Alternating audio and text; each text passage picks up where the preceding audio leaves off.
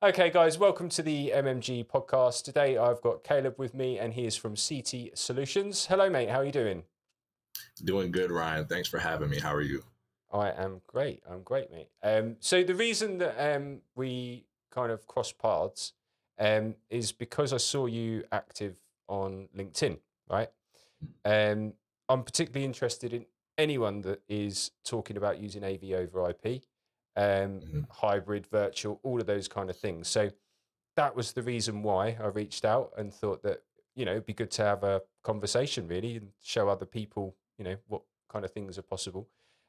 Where is it you're based? So I'm based in Washington, D.C., that D.C. metropolitan area in the United States. Cool. Okay. So what's going on around you at the moment then, like in terms of the AV industry? Are you seeing people day in, day out that are talking about AV over IP? Are they still using old school kind of equipment? Where are we at? It's kind of a mix, honestly. And it's interesting because I think it really depends on the sector where you're kind of servicing. So a lot of what I do is in live events. Hmm. And particularly in the DC area, there's a lot of government work, right? So you're dealing with a Okay. lot of different government agencies, different nonprofits. And it's interesting because a lot of times when I've dealt with clients where we have to go into a government building, a lot of times the equipment is not supported for AV over IP. A lot of it is very cut and dry. They have their in-house PA system, they have their equipment that's like built into the room, but it's not for AV over IP capabilities. However, there was a job that we did last year where we were in a government building that was fully like supported for AV over IP. And it was interesting because we came in and we were using PTZ cameras and we were running it the traditional way, right? We were running it, just regular SDI cables, power, things like that, running it to our switch. We weren't running everything over IP. And one of the guys who was working in the building, he came over and he asked us, he was like, "Are you guys, running all of this over IP? Are you guys using NDI, all these different things?" And we were like, no, we're not. We're doing kind of like, a split. Some of it was AV over IP, some of it was just hardline. And he was just telling us how this system is completely supported for AV over IP in the building and walking us through it. And it really started kind of that spark for me of like, okay, this is something where I can see there's going to be a move towards it. And there's going to be that opportunity to really be able to not only be more efficient, but be able to have that flexibility to be able to manipulate different sources, kind of have more of a creative approach to what you're doing. And I think that was what made me realize, okay, this might be something that's starting to bubble up. And we might start to see more of this as things go on. If government buildings are starting to put in that support for AV over IP. Got you. Yeah, I mean, obviously that's the base level infrastructure of countries. So, Right, like, if right. they're adopting it, then there's obviously something going on. Um, Hmm. Now, I've personally seen a lot of reasons why, and a lot of, I suppose, the sticking points is more to do with like sort of old equipment that's still in play, and that's the sort of push Hmm. pull of this. Like there are a number of things that have been invested in that certain companies would like to last for a long, long time, Hmm. and they kind of need to look at whether they just move on or not. So there's a sticking Right. point there, right? Um, but in terms of like the EU, they're ready to go. Like they're already doing it, Hmm. and they're really Hmm. ready to go. Um, I think in terms of the states, everyone seems like you say, there's adoption there, and it's just going to bubble Hmm. up. Um, so I'd be surprised if that wasn't mirrored in near enough every territory, globally.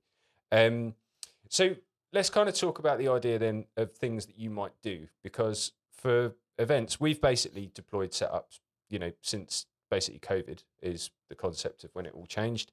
Um, and we quickly moved away from using, an SDI and things like that in certain Hmm. scenarios anyway. Um, Now, for you, like, what does a typical setup look like? Because you've got a control desk, right?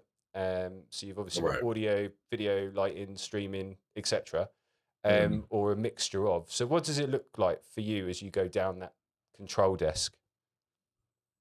Yeah, so I mean, typically, depending on the scale, but a lot of what the events that we're doing are very, I'd say, simple in nature, which allows us to be very streamlined. So if you're going down that control desk, I mean, you have your switcher, you have your audio mixer, you have your graphics laptop, you have your vmix laptop, or whatever you're using for your streaming software, or whatever type of processor that you're using for that. So a lot of times I mean, it's, the standard audio, video, you have your things for your live streaming, your graphics. And I think where it starts to kind of get a little bit interesting, and some ideas that I've been having lately is, okay, how can we manipulate different sources in different areas, right? So, for example, let's say that we're doing an event where we have a general session ballroom and we have different breakouts and they want a hybrid style setup.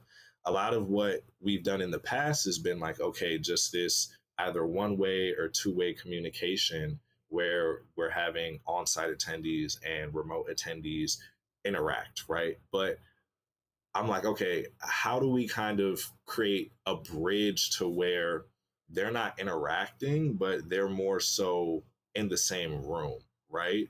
And I've always thought of the idea of using like an MC or a host, right? Hmm. And AV over IP allows you that flexibility to be able to follow that host around and have them speak to both audiences and create that bridge, right? So if you have a host who's on the ground, boots on the ground, running around, he can go to this keynote speaker before they're gearing up for stage and ask them questions that are coming in from the remote presenters. He can go to this breakout room and, have this interaction here. He can do all of these different things. So you gain that flexibility and that mobility to be creative and create an immersive experience to where people are So drawn in, right? this is that convergence point between broadcast and Mhm. production. That's what we're saying really Yeah. there, because you're producing Mhm. something for the people on the end of the stream, or the remote people to actually take part in and absorb, while Mhm. still leaving the people that are in person to have an in-person event, but then like drawing Mhm. them together at the right time. And I think a lot of that Right. is like choosing the right thing to do at the right time, isn't it? Mhm. Like an award ceremony, for example, is actually a celebration. People should be in person.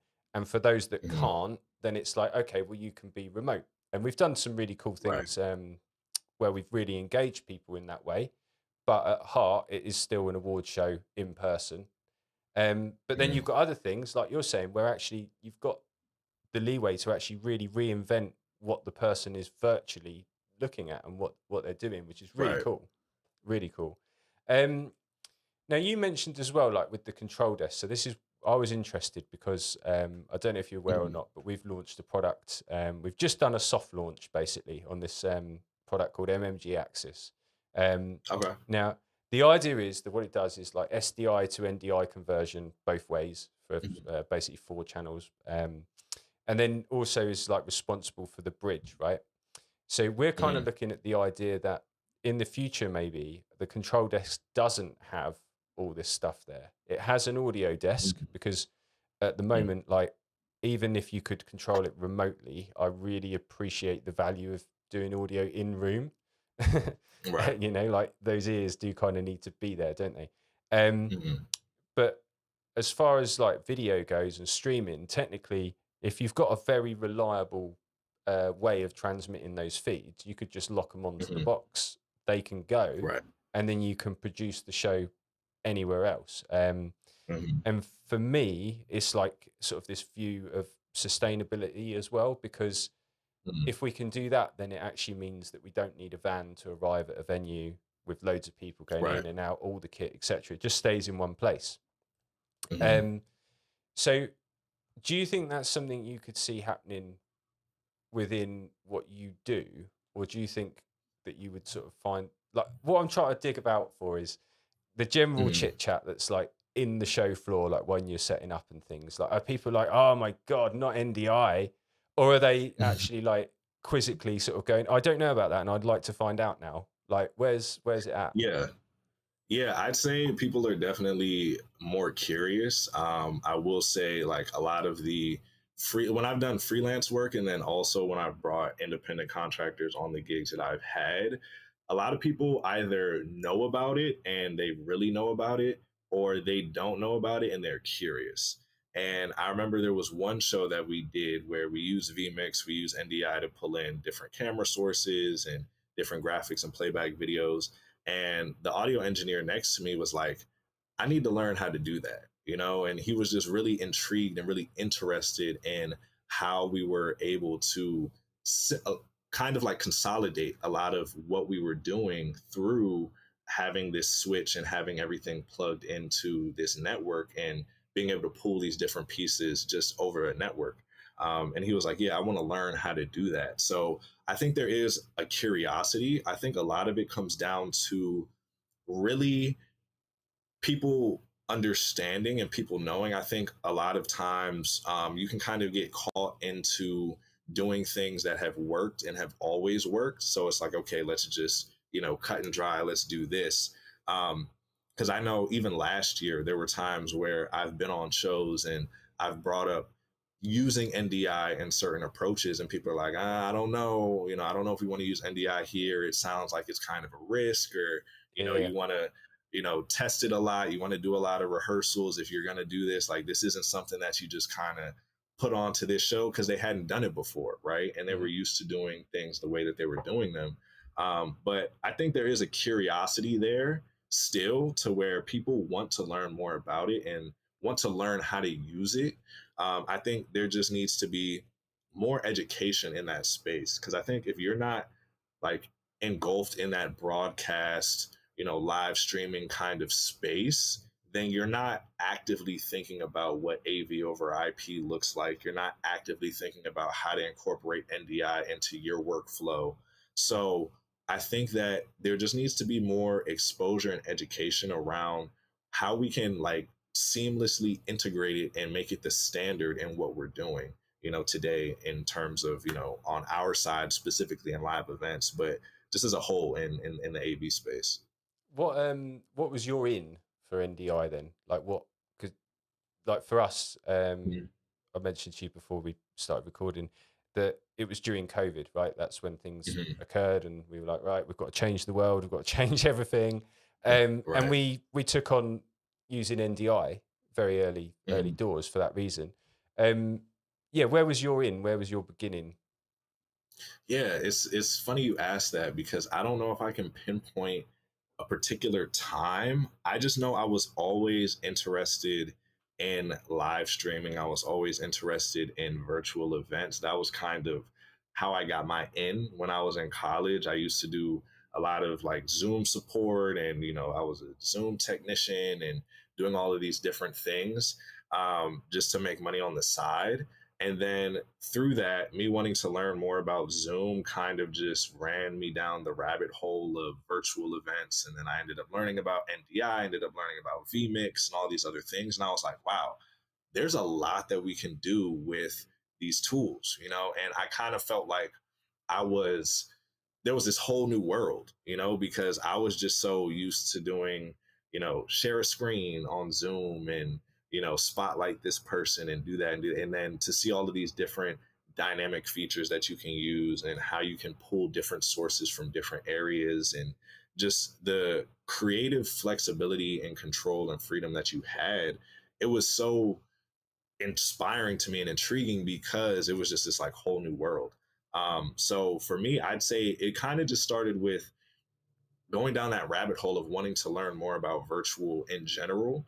Because my end was always like kind of in that space of being a Zoom technician, providing Zoom support.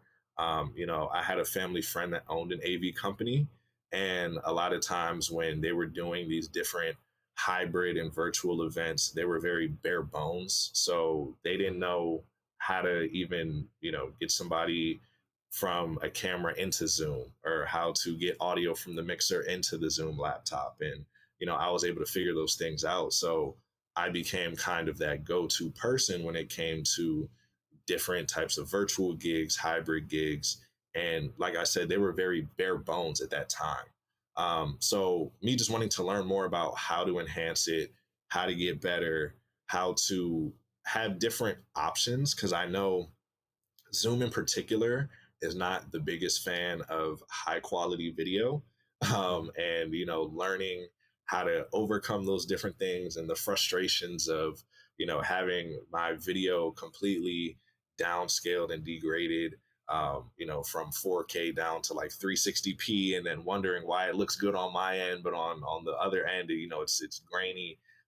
Those were kind of the things that just sent me down that like I said, rabbit hole of learning about it. And then from there I just took an interest. I think I've always liked the location freedom that AV over IP provides, and I think that is like the main thing that drew me to that space. Yeah, yeah, yeah. I mean, when you say that, it's like a really cool way of phrasing it, actually. Because I just think of it Hmm. as like remote production, but because we have things where we'll have the person that's controlling cameras, where they're not even in the venue. Hmm. The person that's controlling the stream, they're not in the venue. The person that's calling the show, Right. they're not in the venue. Like, and yeah, so I really like that turn of phrase. That's good. Um, for other people that are not on the journey for AV over IP, Hmm. what do you think is like the first step? Like, where's that first point that you would say from having seen your way in? Like, where's the gap, or where's Hmm. the first visit? Hmm.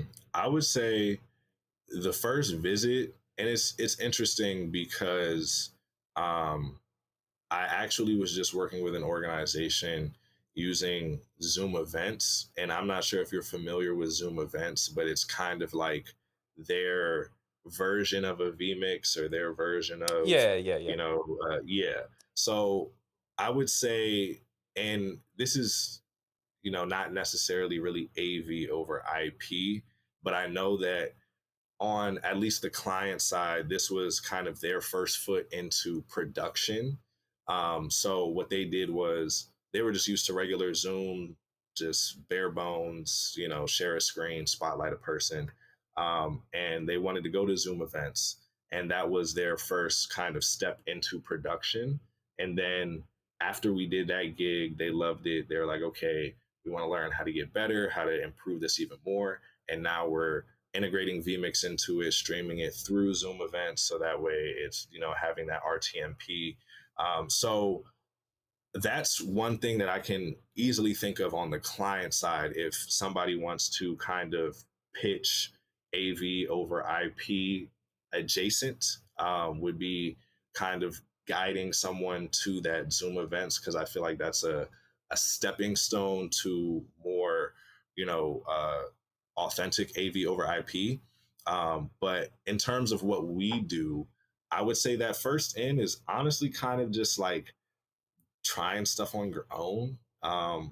Just kind of like me, I was always really interested in learning about it. One, just because of the nature that we're in nowadays, and the landscape of the world, and how things are very virtual, and very interconnected. So I would say your first end could be, downloading something like vmix, like looking up different tutorials, downloading NDI.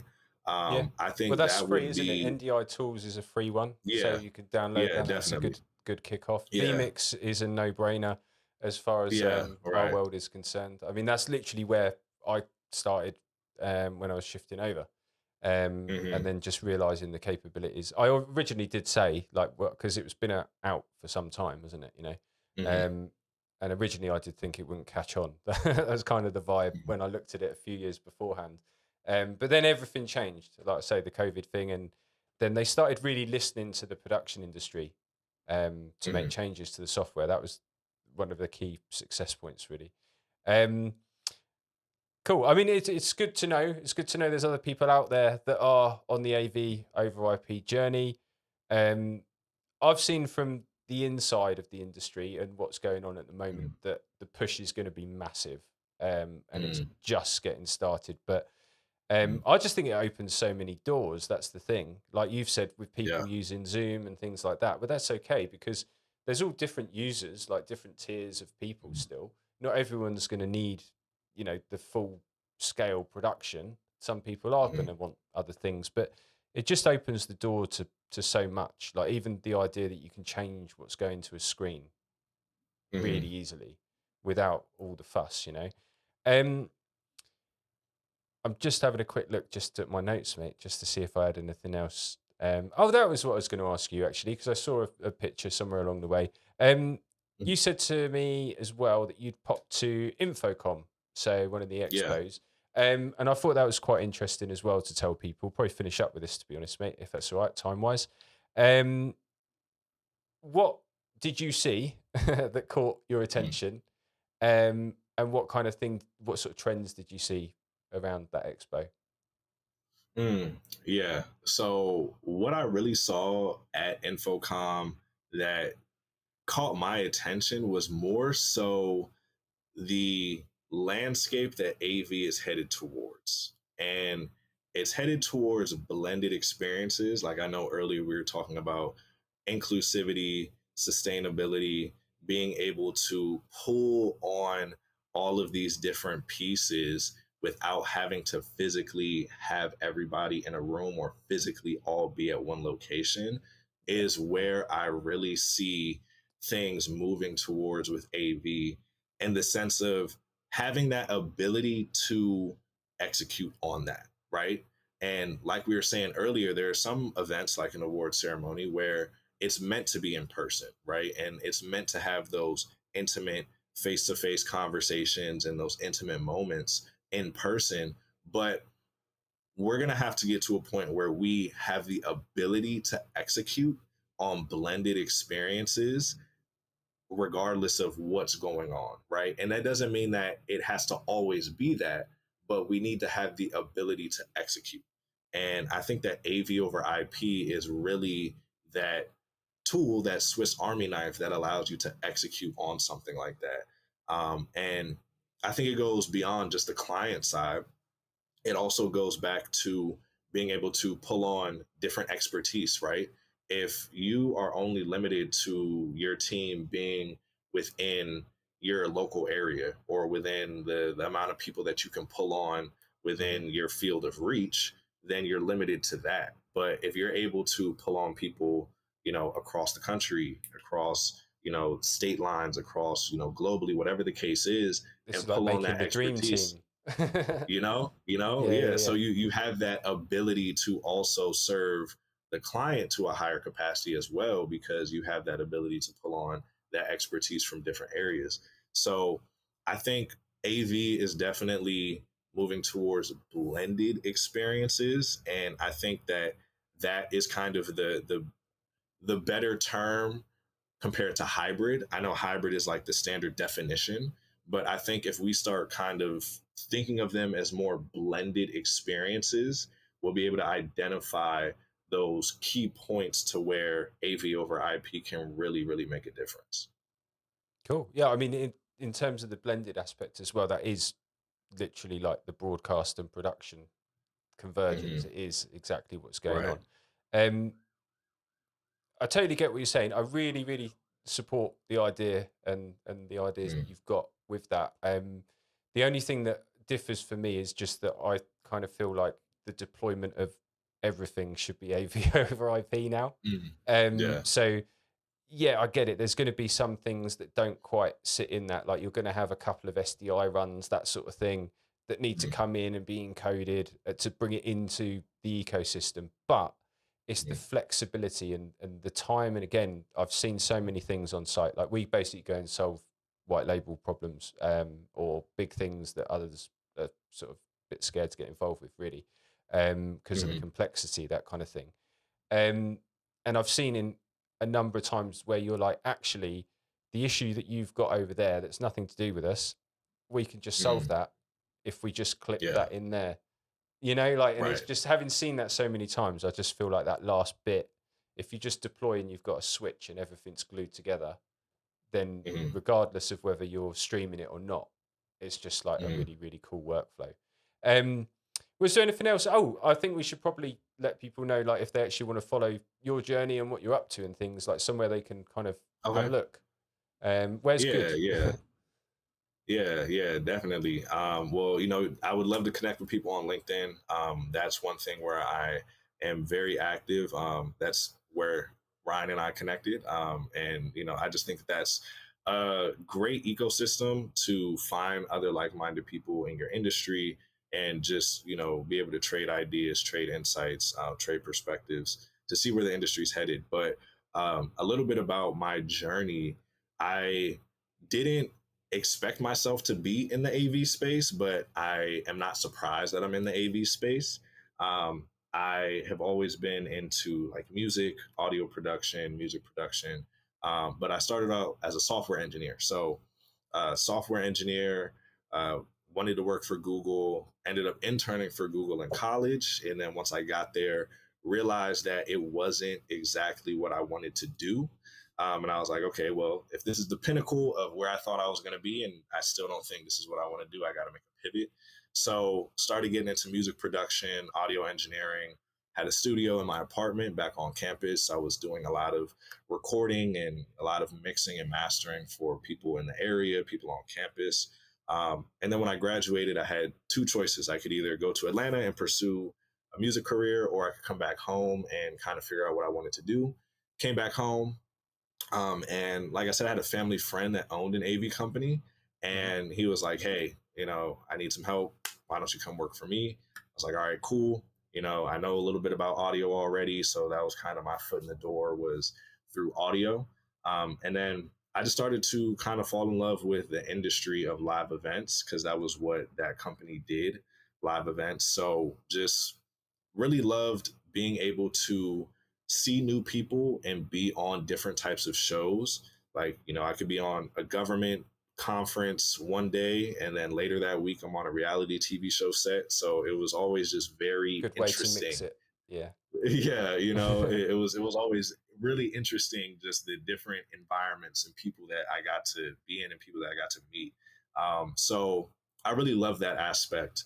And over time, I just wanted to learn more about it. I started working closely with a lot of event planners and meeting planners, kind of understanding their mindset of how to pull off an event and what they miss when it comes to AV on that side. So that was where I was like, okay, I can help them in this space because there are some things that they're not seeing that's leading to headaches on the show day, or messing up their budget, or things are falling through the cracks. But if they know this beforehand, this will help them.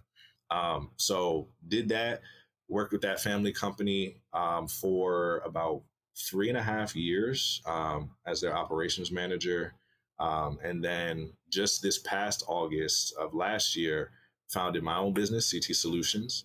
And we are a audiovisual company. We specialize in person, virtual, and hybrid events, live events. And a lot of what we do is we work with different nonprofits, medium-sized businesses, and we kind of just help them get their message out there. Move their organization's mission forward through the events that they're having. And a lot of what I've been doing lately is using this AV over IP to show a lot of these smaller organizations, hey, there's a lot more that we can do with your virtual event. There's a lot more engagement that can be had. There's a lot we can do, a lot more to improve the ROI of these virtual events Hmm. if we start incorporating these AV over IP elements. And I think that a lot of them have been open to it, and when they actually see it and they see it in real time, then it starts to make sense to them. But just kind of explaining it, they're kind of like, okay, it sounds good, but we'll think about it. But for the organizations that we do work with, where they've gotten to see it in real time of how we've completely shifted their event from last year using different AV over IP elements, it's like they see it and then they're fully on board of like, okay, well, let's start mapping this to our ROI and our long-term goals and see where we can kind of find that intersect. So I think that's one thing too that I'll say. If someone's trying to kind of get an organization or a company or a client on board with enhancing their virtual events through AV over IP or investing into that within the budget, find ways to identify their what they want their ROI to look like, and what that means for them, what does success look like for them at the end of the event, and then how can we kind of map that to different elements that we can incorporate through AV This over is like the IP. means to an end, isn't it? Really, it's the concept of why speakers exist and microphones exist, because we want to get the sound Right. from there and it to be louder. You know, it's the same principle. And then just sort of working that from a client side. It's a great perspective, honestly. And I think that there's a lot of work to be done in terms of Yeah. getting the message out there. But that's the whole idea of this, right? Like, then Yeah. at certain point, someone's going to see yourself talking about it, see us talking about it, see other people Mhm. talking about it, see it in a government building, see it, you know, and it's just Yeah. going to, like, you know, roll and take point, really. Um, I don't know if there's anything else you wanted to add at all, but realistically, it's Yeah. I kind of just wanted everything. to Yeah, I just kind of wanted to get your perspective on where you think. I know you said earlier that you think we're going to see a massive, just, adoption of AV over IP, and this is just the start. So, with us kind of being at the forefront of that before it kind of starts to just take over, what would you say is something to that's something that people can think about to kind of get ahead of the game? Because, a lot of times they say that the people who are ahead of the game are the ones that kind of are successful once things actually become fully available to the public. And like if you're hearing about it, then it's already too late. So like, what Yeah, would yeah. you say for somebody who's trying to kind of get ahead of the game before things start to really become standard? Well, within the sort of realm of AV over IP, right? It's all Mhm. about thinking about the experience. That's why I liked your view on like the producer side. So where you Mhm. want things to be with that level. But personally, what I want to see and what I think would benefit not just the AV industry, but like, you know, Mhm. everyone, is a Mhm. complete revisit on the way that we deploy and the impact we have, like sustainability Mhm. wise, to the world, to actual resources. And just Mhm. question why we're doing certain things we're doing. Are they just learnt behaviors that we're just repeatedly doing? Mhm. Or is there a Mhm. purpose to it? So for a client at the moment, I would say general expectation, they would expect to see all the crew on the ground and what they're paying for in front of their eyes. But I think Mhm. there should be this point where we're ready to communicate and explain that's not going to happen anymore. And the reason is Right. because, right? So I kind of Mhm. visualize that you've got for a general corporate event where you've got, you know, like two Mhm. relay screens, screen at the back, that kind of thing. Um, Right. you've got your general technician on site, and they're there Mhm. to brief the speakers and whoever else on the concept of, if your microphone's on, the world can hear you. Mhm. If it's off, it's off. And then they're also in charge, and this is again the concept behind like the product that we're putting out, the Axis, right? So they then are in charge of clipping the signal chain together. So if there's cameras running over SDI, they just clip the SDI onto the back of it. If they're running Mhm. over NDI, equally the same, just goes on the network. And then they Right. just instigate the bridge, do the same with the audio. So there's an in and an out. And then that's all clipped together. And that then gets linked up with, you know, a production company that is set up just in a Mhm. warehouse or in a space, wherever it is, where that control space never changes. I mean, obviously, you might Mhm. add a laptop, take a laptop, whatever else. But Right. my point being that a van hasn't had to come, be loaded, taken to the show, Mhm. unloaded, set up. All of those people on Mhm. site haven't produced waste used resources. And, you know, like it stacks up Right. really rapidly. So I'm kind of Yeah. at this point where personally, I want to see it for the benefits that it can give for, you know, those reasons, not just the outcome Mhm. of the event. But then at the Right. same time, I've seen so many things where there's limitations on what we can do when we don't Mhm. use the AV over IP. Mhm. So why would we not push forward with that? The levels Right. of redundancy, like I've always been like, I love redundant things, man. Mhm. So like 3 layers of everything, if possible, is kind of my go-to for a big event, right? Right. Um, but with AV over IP, it's easier to build that in. Like I can create Mhm. things and make things reroute just because they fail. They instantly go, right, what am I going to do next then? And they just pick up Mhm. the other signal. They change what they're doing. Um, Right.